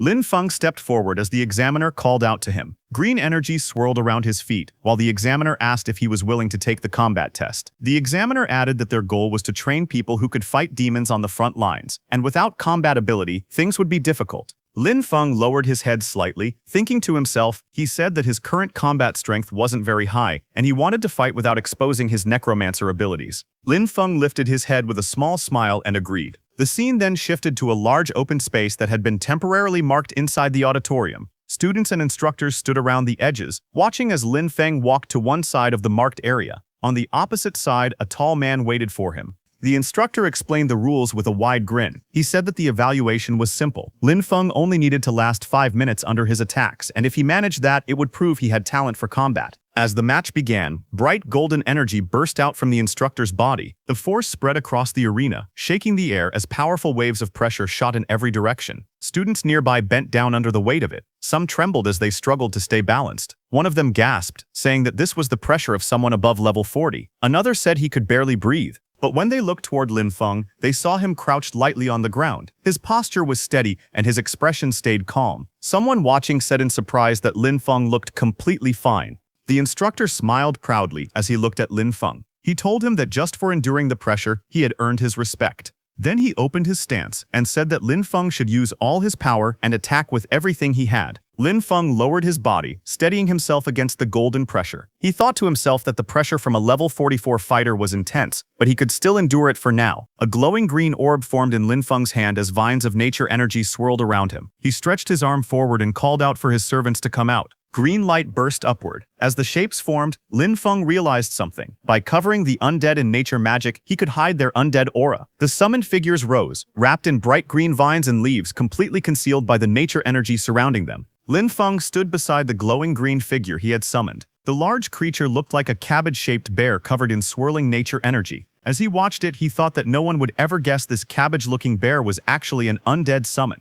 The creature stepped forward, wrapped in bright green vines. Its body glowed strongly, making it look like a rare mutant beast. From the other side of the arena, the instructor narrowed his eyes in surprise. He said that this kind of dense nature magic looked like a rare mutated profession. A smile grew on the instructor's face. He raised his curved blades, lightning-like energy dancing around them. He called out to Lin Feng, saying it was interesting and telling him to come at him. The green cabbage-like bear rushed forward, its body wrapped in bright nature energy. Across from it, the instructor charged in with yellow flames swirling around his weapons. Both figures clashed in the open courtyard, their energies filling the space. Bright streaks of green and yellow flashed everywhere as the two forces collided. The instructor swung his blades with great force while the glowing creature pushed back with its nature power. In the next moment, the instructor went flying upward. His face twisted as he let out a loud scream and charged straight at the cabbage-like bear. Bright yellow sparks burst around the green creature as the instructor's attack struck it again and again. Even while taking heavy blows, the glowing cabbage-like bear stayed standing, its body shaking from the impact. One of the instructors watching from a distance looked surprised. He said that any normal summon would have disappeared by now, but this one was still holding on. The green creature then roared and rushed forward, pushing through the attacks. Yellow and green energy clashed wildly as it charged straight at the instructor, refusing to fall no matter how badly it was hit. One of the instructors looked at the battlefield with sweat running down his face. He asked calmly if Old G was starting to get tired. Lin Feng stood nearby with a relaxed expression. He thought that his summons were undead, so they didn't feel pain or complain. He said that small injuries could be healed easily with a bit of magic. Old G watched Lin Feng and wiped away sweat. He admitted to himself that he originally wanted to show off in front of the students, but now he realized Lin Feng had real talent. He thought that he would need to get serious. Old G then looked directly at Lin Feng. He told him that he would compensate him for the destroyed summon, and asked him to watch closely. The instructor explained that normal summoner professions had to pay a price to make a contract with their summons. If the summon was destroyed, it disappeared, and the contract ended. The man then adjusted his monocle and continued speaking. He explained that because Lin Feng was an outstanding student in this exam, he was allowed to make one request to the academy. The director sighed in defeat. He stood with his hands in his pockets and said there was a training wasteland on the west side of the city that had been unused for a long time. He told Lin Feng he could do whatever he wanted with it. He also added that if Lin Feng had other requests in the future, he could come find him. Lin Feng stood opposite him with his backpack, bowing slightly as he thanked the director. The director told Lin Feng to go rest in the back and called for the next student. The scene shifted to a view of the school courtyard, where groups of students were gathered below the tall buildings. Images of the sky flashed by, and then the view moved to a wooden door with a sign that read, Principal's Office. Inside, a file was opened, showing Lin Feng's photo and his information. Sitting at the desk, the principal looked through the documents. He raised his eyes slightly and commented that Spirit Farm Master was quite an interesting profession.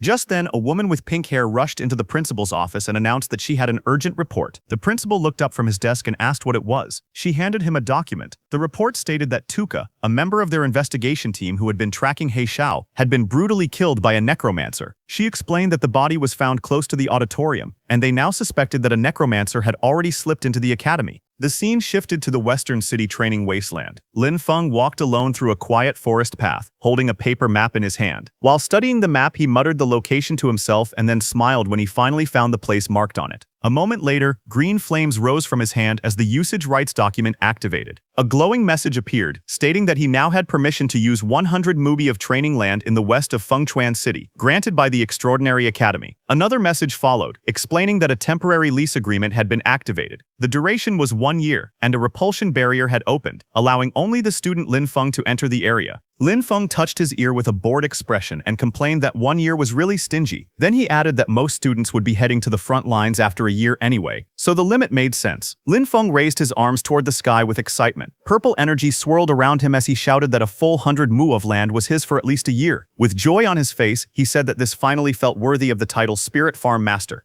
A burst of purple light erupted around him. Lin Feng stood at the center of the glowing formation, pointing upward as the energy expanded across the wasteland. One by one, powerful spirit creatures appeared within the purple mist, towering shadow figures, glowing armored beings, and various small floating sprites. They surrounded Lin Feng, filling the sky with bright energy. Lin Feng looked at them with confidence and stretched out his hand. With a fierce smile, he pointed forward and declared that everything was ready. It was time to get to work. A dark, shadowy spirit released a violent burst of purple energy. The force shook the ground and sent rocks flying in all directions as the creature landed with immense power. Not far away, another summoned spirit, one made entirely of blue water, rose into the air. Waves erupted around it as it flew forward, controlling the water beneath it. On the field, a large fluffy beast with a horn rushed across the soil. Its body glowed with bright energy as it dashed ahead, followed by several small floating spirits carrying tools. The scene then shifted to Lin Feng relaxing under the sun. He lounged on a chair with sunglasses on, eating a slice of watermelon. With a satisfied smile, he commented that magic really did change life and said the ancients hadn't lied. Lin Feng rested in the shade, calmly drinking from a straw. A small blue spirit tapped his shoulder to get his attention. Without changing his relaxed expression, he spoke softly and said that the land had been reclaimed. Hearing this, Lin Feng looked surprised. He turned around while holding a slice of watermelon and stared at his summons behind him. He said they were far more proactive than he expected. One of the undead let out a strange laugh, its glowing mouth curling in an eerie smile. Lin Feng looked at the ice-armored undead standing beside him. With a helpless sigh, he said that expecting undead to have their own consciousness might have been asking too much. Lin Feng finished eating and walked toward the doorway. Meanwhile, the ice-armored undead watched him leave. Its glowing eyes followed him quietly, its expression calm and unreadable. A faint smile slowly formed on its face, the cold blue light around its body flickering softly. Lin Feng walked along the narrow path beside the long row of greenhouses. A faint glow surrounded him as he placed his hand on the glass, checking on the crops inside. From above, the greenhouse roof revealed rows of planted soil beds. Lin Feng stood among the neatly arranged crops, looking up as soft blue light filtered through the glass. Different plants filled the space, some shaped like budding yellow lotuses, others like purple cabbages. Lines of text floated above them, showing their effects: permanent stamina +1, temporary speed +1, permanent attack +1, all labeled as not yet mature. Lin Feng looked at them with satisfaction. He said that other people had to gain strength through bitter and exhausting training while he improved himself through crops, balanced nutrition, and a solid foundation. Lin Feng stood inside the greenhouse, turning his head to look at the glowing crops behind him. He said it was a shame that only his crops could produce these effects. He added that if his yield were larger and everyone could improve through these plants, then the demons would become nothing more than weak chickens. Lin Feng walked through the narrow glass corridor holding a shovel. Sunlight filtered through the greenhouse walls as he stopped and thought about his situation. He said he couldn't plant only special crops. He needed enough normal crops outside to hide them. Otherwise, the strange plants inside the greenhouse would be discovered too easily. He tightened his grip on the shovel and said it was time to get back to work. One day later, the scene returned to the greenhouse under a bright blue sky. Inside the soil, a cluster of round potatoes sat packed together as Lin Feng used his tool to dig them up. Lin Feng stood beside the field with a shovel in hand. He faced the shadowy summoned figures beside him and demonstrated the motion, telling them to dig like this and instructing them to watch carefully. The shadowy helpers immediately followed his example, shovels in hand, digging quickly in a neat line. Seeing their work, Lin Feng smiled. He said that ever since he got these helpers, the speed of planting vegetables had increased dramatically. But suddenly, Lin Feng shouted in surprise, asking what his helper was doing. One of the shadowy undead creatures held a potato in its hands, taking a bite out of it. Lin Feng leaned forward with a confused expression. The undead creature froze, startled as it looked up at him, still holding the half-eaten potato. A glowing system window then appeared beside it, showing its status: Undead Lizard, Level 6, Temporary. Bone density temporarily increasing. Defense temporarily increasing. Lin Feng stared silently at the notification, looking down in thought. He thought that all of his undead lizards came from the dungeon, and the only difference was that this particular one had eaten a potato. Lin Feng then raised his hand to his chin, thinking seriously. A burst of realization formed in his mind as he wondered if the original crop effects could also work on undead creatures. In the days that followed, Lin Feng continued running systematic experiments. He carefully recorded how different crops affected the undead he controlled. However, he was not aware that someone was watching his field. A shadowy figure with glowing red eyes stood in the darkness outside the farm, staring toward the sheds. Under the moonlight, he muttered to himself that the place looked bizarre. He noted that several structures weren't there the last time he had been spying on the area. He crouched forward and looked again, repeating that those things definitely hadn't existed before. Then his expression hardened. With a smirk, he drew a sharp blade and scoffed that a paper-thin wall like that would fall apart with a single slash. He paused after seeing something else inside. Only one person seemed to be there. That made him wonder if it was some sort of trap. He called the situation interesting. Meanwhile, inside, Lin Feng lay relaxed in a hammock, unaware of the intruder who was now watching him from the shadows. As the intruder crept across the rooftop in the dark, moving closer to the greenhouse, suddenly the ground beneath him cracked. A sharp impact struck the edge of the roof, forcing him to jump back in surprise. He landed and sprinted forward, but more blows slammed into the concrete, sending chunks of rubble flying everywhere. The man dropped low, bracing himself as the ground shattered around him.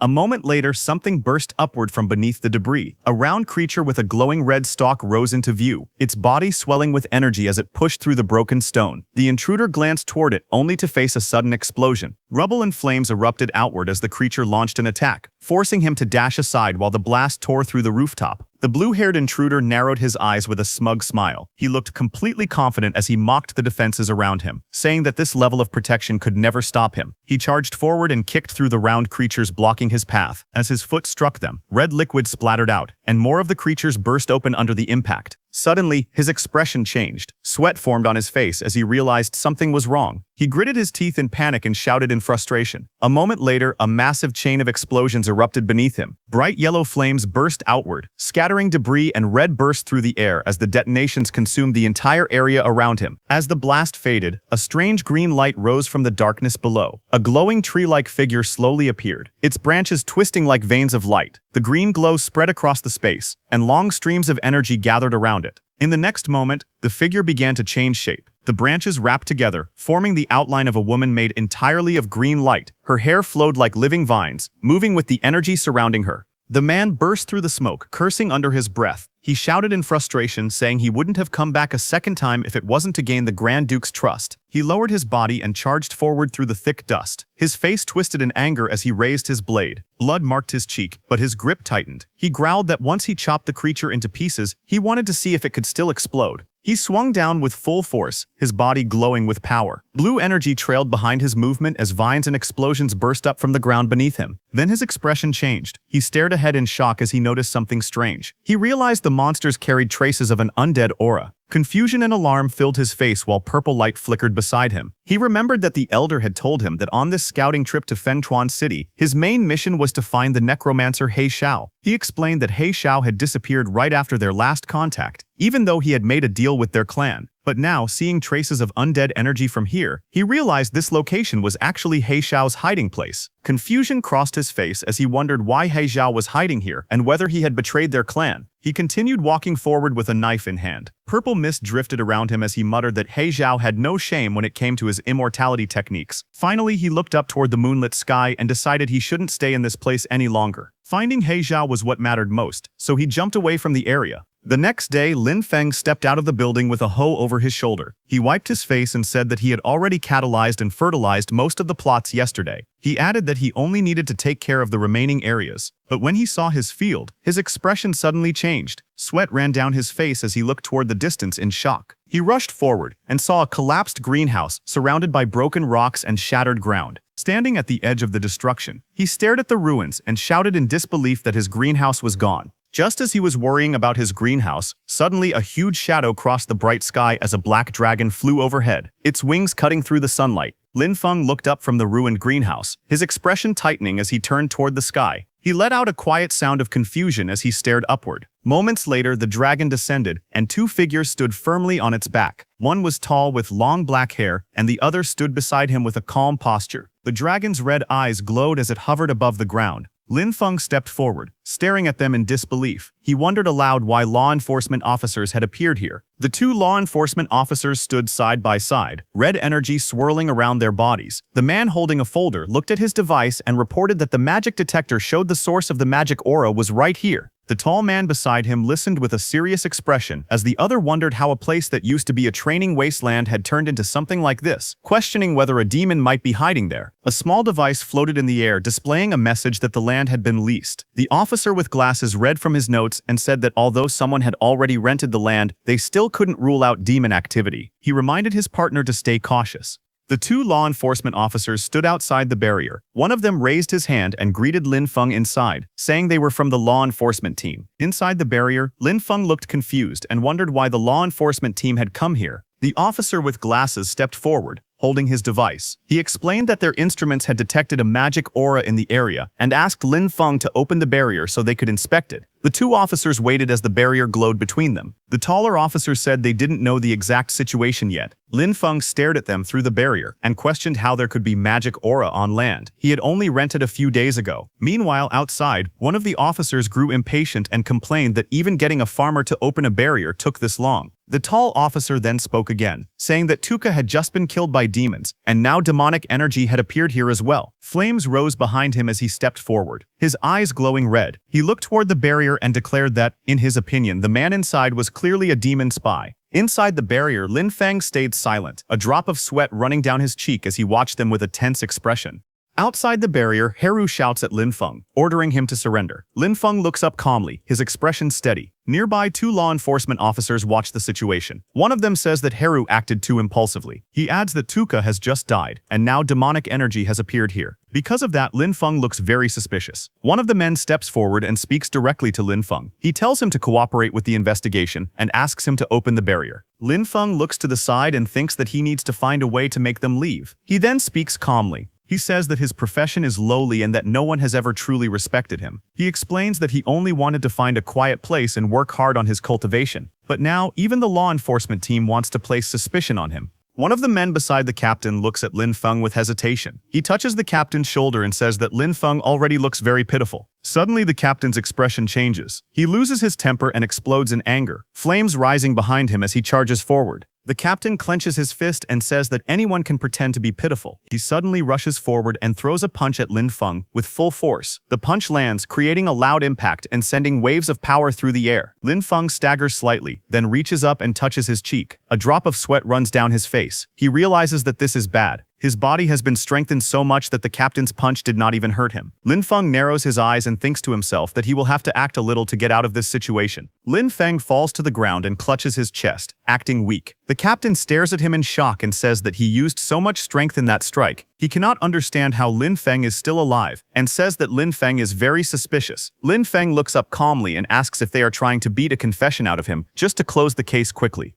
Before the situation gets worse, another man steps forward and stops the captain. He tells Heru to calm down and look carefully. He points out that there is nature magic on Lin Feng's body, and demons hate anything related to nature, something even a child would know. The man with glasses helps Lin Feng up and tells him that they misunderstood him. He says that Lin Feng's nature magic is very pure and that they will explain everything clearly in their report. Lin Feng stands up and looks at him with gratitude. He says that the man is a good person and a truly upright official. The The man answers calmly that it is just his duty. Nearby, the captain clenches his teeth in anger and glares at them. In the next moment, power explodes around him as he raises his hand again. Lightning-like energy flashes through the air as he prepares to move. Before anything can happen, the two officials move at the same time and step in front of Lin Feng, blocking the attack and stopping the captain from acting further. The captain stays silent, his teeth clenched, unable to say anything. After that, the law enforcement officers ride on their dragons and leave. Lin Feng watches them quietly. After a moment, he lowers his gaze and thinks to himself that this is troublesome. He realizes that just farming is not enough anymore, and that he will need enough strength to protect himself as well. Just then, golden light flickers in the air, and the paper cranes slowly fade away. Lin Feng hears an order telling him to report to the academy training ground the next morning to take part in the freshman ability test and ranking battles. Attendance is mandatory. He walks forward quietly, his hands in his pockets. As he looks ahead, he lets out a soft sigh and wonders why it is so hard to live a peaceful life. Not far away, two figures stand together under a tree and watch him leave. One of them quietly remarks that Lin Feng's nature magic is incredibly pure and powerful. The woman looks at the man beside her and asks if the boy is really just a farmer. The man replies that he is not sure. He says the system shows the boy's registered profession as Spirit Farm Master. The man narrows his eyes and wonders if even the great level 50 nature archmage Vela is tempted. The woman says it sounds like a mutated profession. She also feels that the boy is hiding another secret. She adds that this display of nature magic alone is enough to clear him of any suspicion of working with demons, as demons could never fake such life energy because it disgusts them too much. The man agrees and says this should silence some people for now. He adds that the real show is still ahead. After that, green nature energy rises and spreads around them, and in the next moment they teleport away. Then the scene shifts to the extraordinary Academy freshman training ground, where many new students have gathered together. Some of them look confused and complain that the interviews are already finished and they have even chosen their instructors. They do not understand why there is another test. Others agree and say they thought classes would start right away. One student lowers his voice and says he has some insider information, but then laughs and refuses to tell anyone. Lin Feng stands quietly at the side, listening to their chatter without saying a word. His expression remains calm as he looks ahead, waiting for what will happen next. Just then, the pink-haired instructor steps forward and tells everyone to be quiet. She says she knows they all have many questions. She explains why the academy is holding an academy-wide entrance test after the instructor interviews. She says that yesterday, urgent military news arrived from the front. Demon attacks have become stronger, and the fortress outside the third barrier is close to collapsing. She announces that the academy has received orders and must quickly send a group of fresh forces to support the front lines. The students react in shock. Some shout that they have just started school and ask why they are being sent to the front so soon. Others question whether they were not supposed to study and cultivate first. The instructor speaks coldly and says that when a nest is overturned, no egg survives. If the fortress falls, the demon army will march straight toward Fengchuan City. She asks if anyone really thinks they will still be able to cultivate safely then. She ends by saying that this is not a request, but a conscription. In humanity's time of crisis, no one can stand aside. Meanwhile, a pink-haired student stands among the crowd with a young boy beside her. The boy looks up at her and tries to speak, calling her sister, but hesitates. Not far away, Lin Feng stands quietly with his backpack on his shoulder. His expression is calm, and he looks straight ahead without reacting to the noise around him. The pink-haired girl turns back to the boy and gently tells him that it is okay and not to worry. She glances in Lin Feng's direction, her cheeks slightly red, and quietly says that he is very outstanding. She wonders if he will be chosen in the draft. After that, the pink-haired instructor raises her voice and orders all freshmen to enter the training grounds and prepare for live combat testing. The crowd begins to move forward. Lin Feng walks with them, his hands in his pockets. He quietly thinks that as a farmer-type profession, he probably will not be sent to the front lines at a time like this. Soon the test begins. Lin Feng stands on the field, facing a female student holding a staff. She looks at him and calls him a spirit farm master. She says she has heard that he is good at dodging. The girl suddenly raises her staff and attacks. Flames burst out and rush toward Lin Feng as she shouts that he will turn to ash under her fire. The pillar of fire roars forward, but Lin Feng calmly steps aside. The flames miss him completely. Lin Feng looks at the attack without any panic. He says calmly that it is too slow and that her magic is not condensed enough. He adds that the fire could not even roast the sweet potatoes in his field. The girl frowns and begins chanting, speaking of a flame spirit sleeping at the end of the world. She raises her staff and says she will command it. Lin Feng watches her quietly without saying anything. Before her spell can finish, Lin Feng suddenly moves. Green light flashes around his arm as he strikes. He tells her calmly that her casting time is far too long.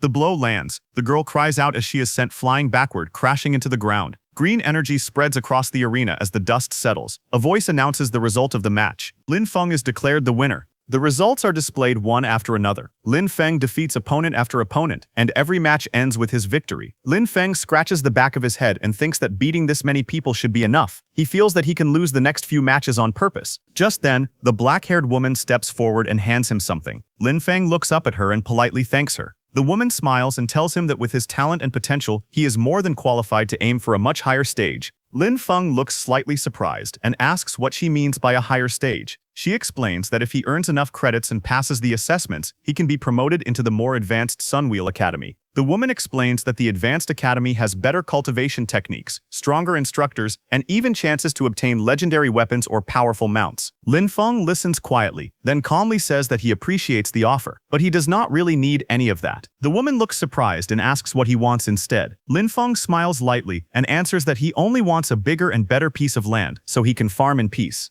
The woman looks at him and says that he misunderstood her. She explains that she meant his final goal, what he plans to do after finishing those fields. Lin Feng answers honestly. He says that he plans to farm even more land so more people can have land to work on. He wants everyone who wishes to farm to have fields. The woman smiles slightly and says that wanting more land means wanting to reclaim all the land. She calls him an ambitious child. Just then, the principal walks over and asks if Lin Feng is not already developing the wasteland in the west of the city. He asks if that is still not enough. Lin Feng laughs loudly and scratches his head. He says that when it comes to farming, the more land there is, the better. A new announcement appears, calling out the next match. The next match is Lin Feng versus Ailing. Lin Feng raises his hand slightly and smiles, saying that it is time to go. As he walks toward the arena, the principal watching him comments that the boy is very straightforward. Another voice calmly says that if the child wants something, they should just give it to him. Nearby, the principal asks the black-haired woman if she plans to take Lin Feng as a student. The woman looks at Lin Feng's back as he walks away and says that he is quite an interesting boy. The announcer calls out and tells them to prepare for battle.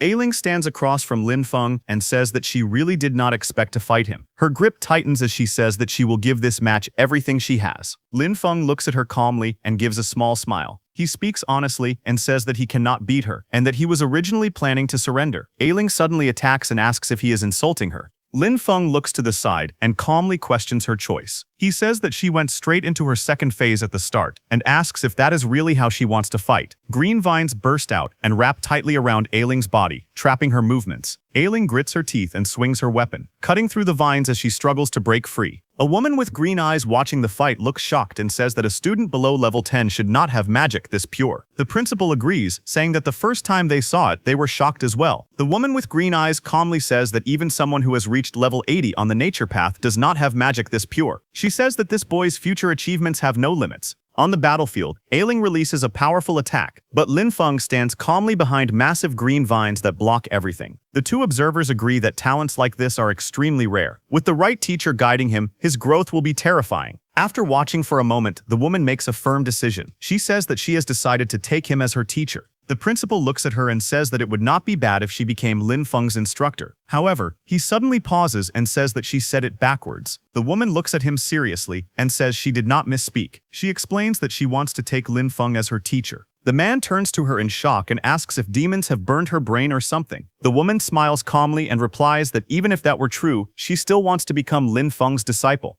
At the Extraordinary Academy's freshman drill grounds, the arena explodes with movement. Lin Feng and Ailing clash in a whirlwind of blue energy. Their bodies spin through the air as the force of the attacks shakes the entire platform. Ailing charges at him with incredible speed, her weapon striking the ground hard enough to crack the stone. Lin Feng narrowly dodges, the air bursting around them. In the middle of the fight, Lin Feng stays calm. He thinks that he has already shown enough of his strength. He decides that he should pretend to be weak and then admit defeat. But then a voice echoes across the arena. It warns Lin Feng that if he keeps slacking off, the academy will take back the land in the west of the city and use it for something else. Hearing this, Lin Feng slowly turns his head and looks back. The one who said that was none other than the principal. Lin Feng's expression changes as a spark of blue light flashes in his eye. He refuses immediately. In his mind, he shouts that they cannot take back his land. Absolutely not. That land is everything to him. Ailing's eyes widen as she watches Lin Feng. She feels his aura shift completely. Before this moment, he had only been defending calmly, letting her attacks come to him. But now, she can tell, he is finally starting to fight seriously. Green light bursts around Lin Feng as he moves his arm. Energy gathers at his palm like a swirling storm, glowing brighter and stronger with every passing second. His expression is focused and sharp.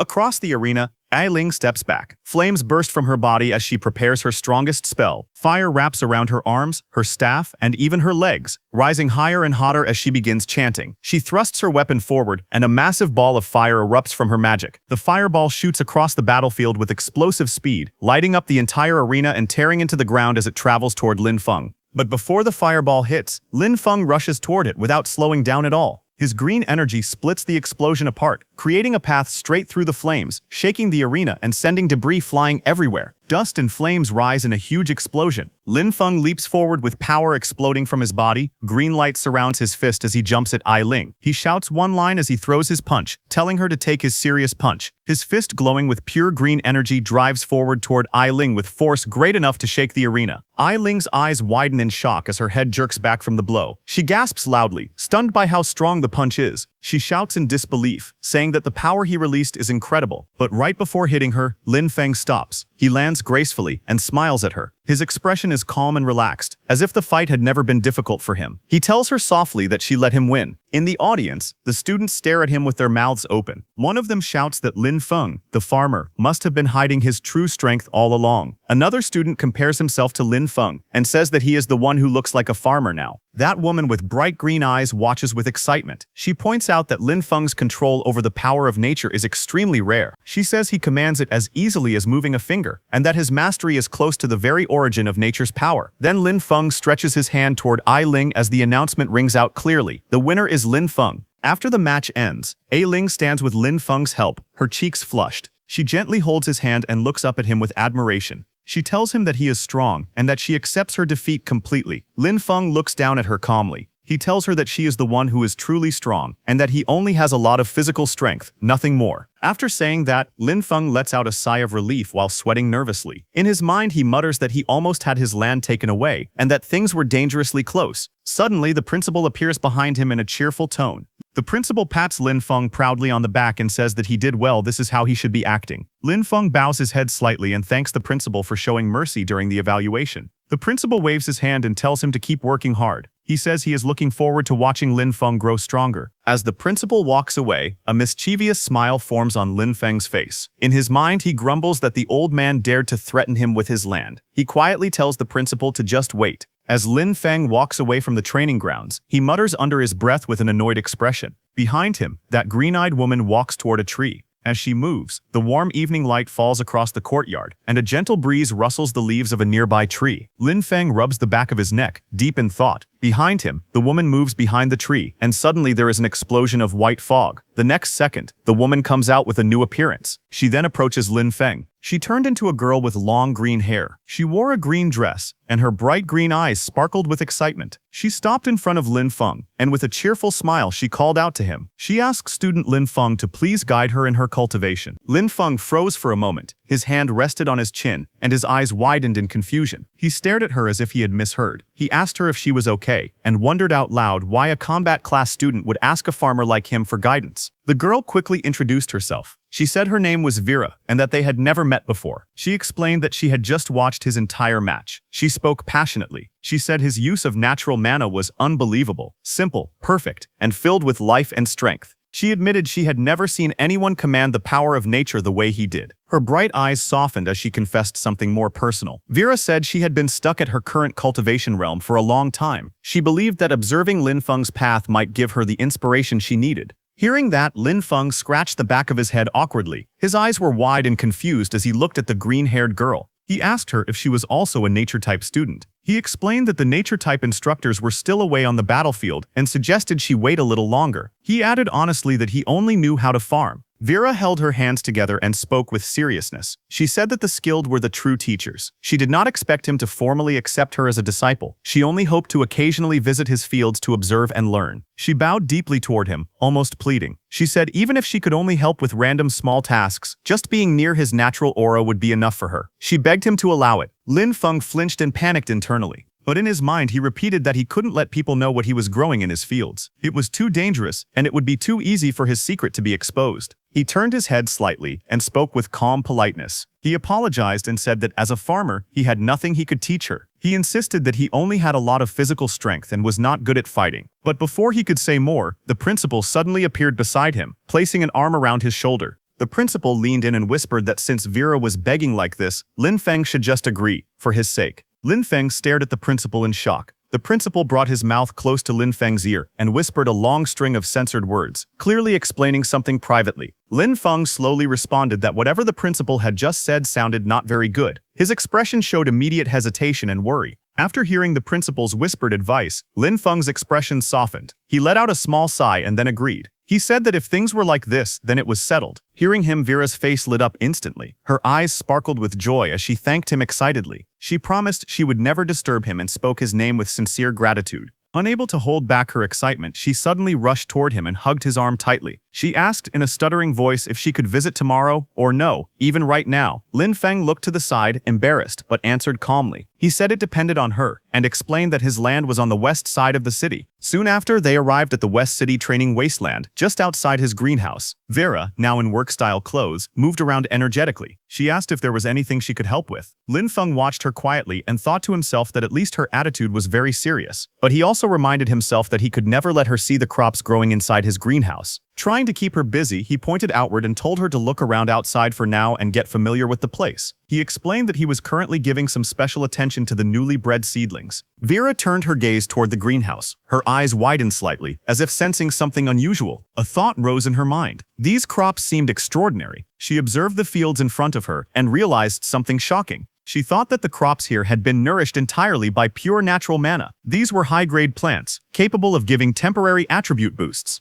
As she stood there in awe, Lin Feng walked further into the greenhouse area, his back facing her, completely unaware of the amazement spreading across her face. Vera leaned forward slightly. A soft smile formed on her face as she looked at Lin Feng's plants and said that Lin Feng was making her more and more curious. Then, 1 hour later, Lin Feng returned, but Vera was still on the ground outside the greenhouse, carefully examining the soil and plants. Suddenly, her eyes widened. She lifted a small piece of soil to her face, staring at it in shock. Her expression tightened with disbelief, and she whispered that it was unbelievable. Lin Feng walked toward her from behind. He looked down at her calmly and asked if there was a problem. Vera stood up halfway and looked up at him, still stunned. She asked him whether the crops here were really grown using only this very ordinary soil. Lin Feng nodded and confirmed it. He said that yes, it was just normal soil. Vera looked even more confused. She asked again, making sure there was no mana crystal powder, no elemental loam. Lin Feng scratched the back of his head and gave her an easy smile. He explained that he had thought about using those fertilizers, but anything infused with mana was far too expensive. With the little money he had, there was no way he could afford them.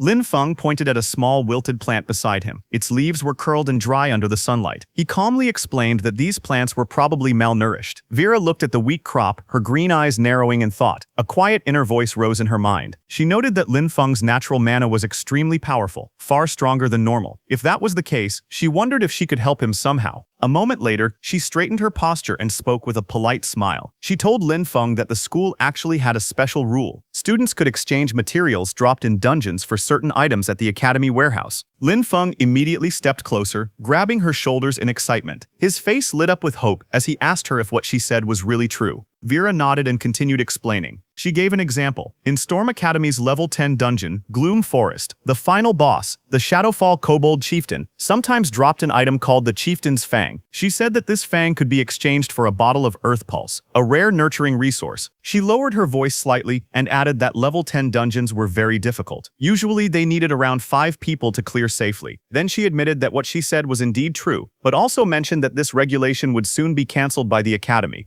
Hearing that, Lin Feng's eyes lit up with excitement. A bold smile spread across his face as he clenched his hand into a fist. He said loudly that this was great and announced that he was going right now. Vera watched him dash away with surprising speed, a hoe in his hand. As she looked at his back, she wondered quietly if only someone with such a pure and simple heart could create such pure natural mana. Soon after, Lin Feng arrived at a massive tree-like structure. At its base, a swirling blue-purple portal glowed brightly. The entrance to the level 10 dungeon, Gloom Forest. 2 academy supervisors stood guard in front of it. A group of students standing nearby noticed Lin Feng running toward the portal. One of them pointed at him in confusion. He asked why a farmer was coming here and guessed that Lin Feng must have gone to the wrong place. Another student laughed loudly, mocking the hoe in Lin Feng's hand and joking that he must want to dig up wild vegetables inside the dungeon. Someone recognized him. He said it was Lin Feng, the freshman, and remembered that he was only level 8. Shock spread among them as they wondered if Lin Feng was crazy for coming to a level 10 dungeon alone. Ignoring the comments, Lin Feng approached the supervisors respectfully. He handed them a form and said he wanted to apply for a solo entry into Gloom Forest. One supervisor took the paper and read it. His face tightened with concern. He explained that Lin Feng's level was too low, and that entering the dungeon alone carried extremely high risk. Lin Feng held up the form with a bright smile on his face. He said that according to the academy regulations, any student of the academy had the right to apply for dungeon entry. He politely asked the supervisor to allow it.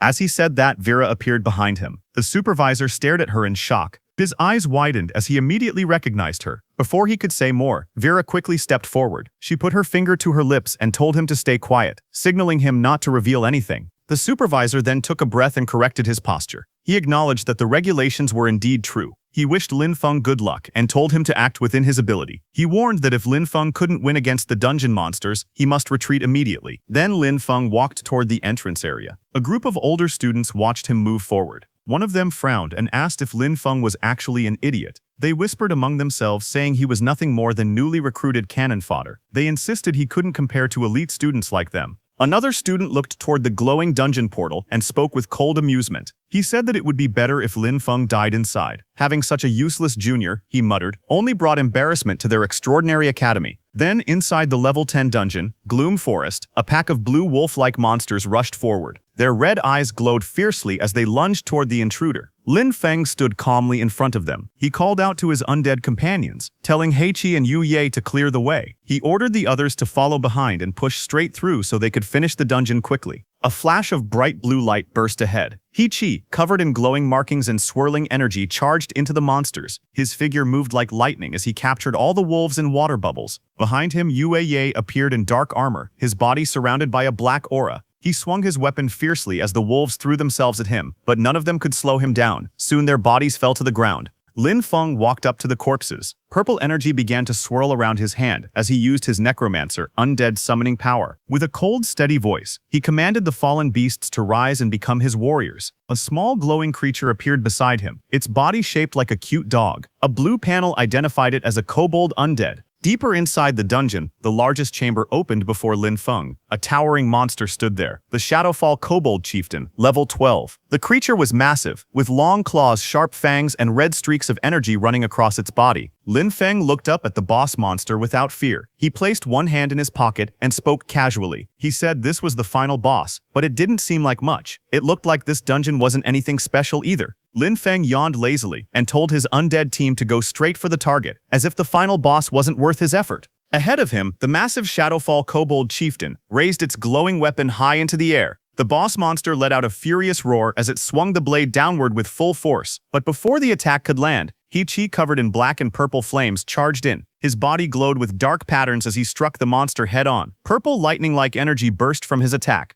Heiqi slammed into the Kobold Chieftain with overwhelming strength. The impact created a huge purple explosion. The force blasted through the dungeon chamber, sending shockwaves in every direction. The ground cracked, stones flew, and the air shook as the explosion blew the chieftain backward. A bright blue shockwave followed, sweeping across the entire battlefield and kicking up debris. A system panel appeared above the scene. It stated that the Shadowfall Kobold Chieftain had been defeated. Lin Feng gained experience, and his level increased to 9. The panel also showed that he had obtained one item, Chieftain's Fang. Below the notification, the chieftain's body lay motionless on the ground, surrounded by glowing drops of loot. Then another system window appeared. It stated that a summonable undead unit had been detected, but the level requirement was too low. It also said that Lin Feng could not convert the Shadowfall Kobold Chieftain into an undead summon. Another blue system panel appeared. It displayed the progress of Death F2A glitch, showing that the progress bar had reached 10. Lin Feng looked at the notification with a calm expression. He quietly concluded that he still could not summon monsters stronger than his own level. He said it was a pity that the boss could not be revived as an undead, but he noted that his goal for this dungeon had already been completed. The chieftain's fang began to glow with a strange blue and black energy, as if reacting to his system. Lin Feng said that since he had obtained the fang, he would go back to exchange it for fertilizer. After that, he turned around and walked toward the swirling blue portal behind him. His figure stepped into the spinning light as he left the dungeon. Outside the entrance of the level 10 dungeon, Gloom Forest, a group of people waited near the glowing portal, standing on the sandy ground as Lin Feng returned from inside. At the Academy's exchange station, an officer called Vera Lord and asked her if they really had to follow the rules and exchange the item for Lin Feng. He explained that the front lines were in an emergency and that their combat class resources had already been distributed. But Vera calmly reassured him. She said it wasn't a combat resource at all. It was just soil fertilizer for nature-type classes. Hearing that, the officer in the suit confirmed that they had plenty of that in stock. As he spoke, a system window appeared. It showed the updated dungeon record for Gloom Forest.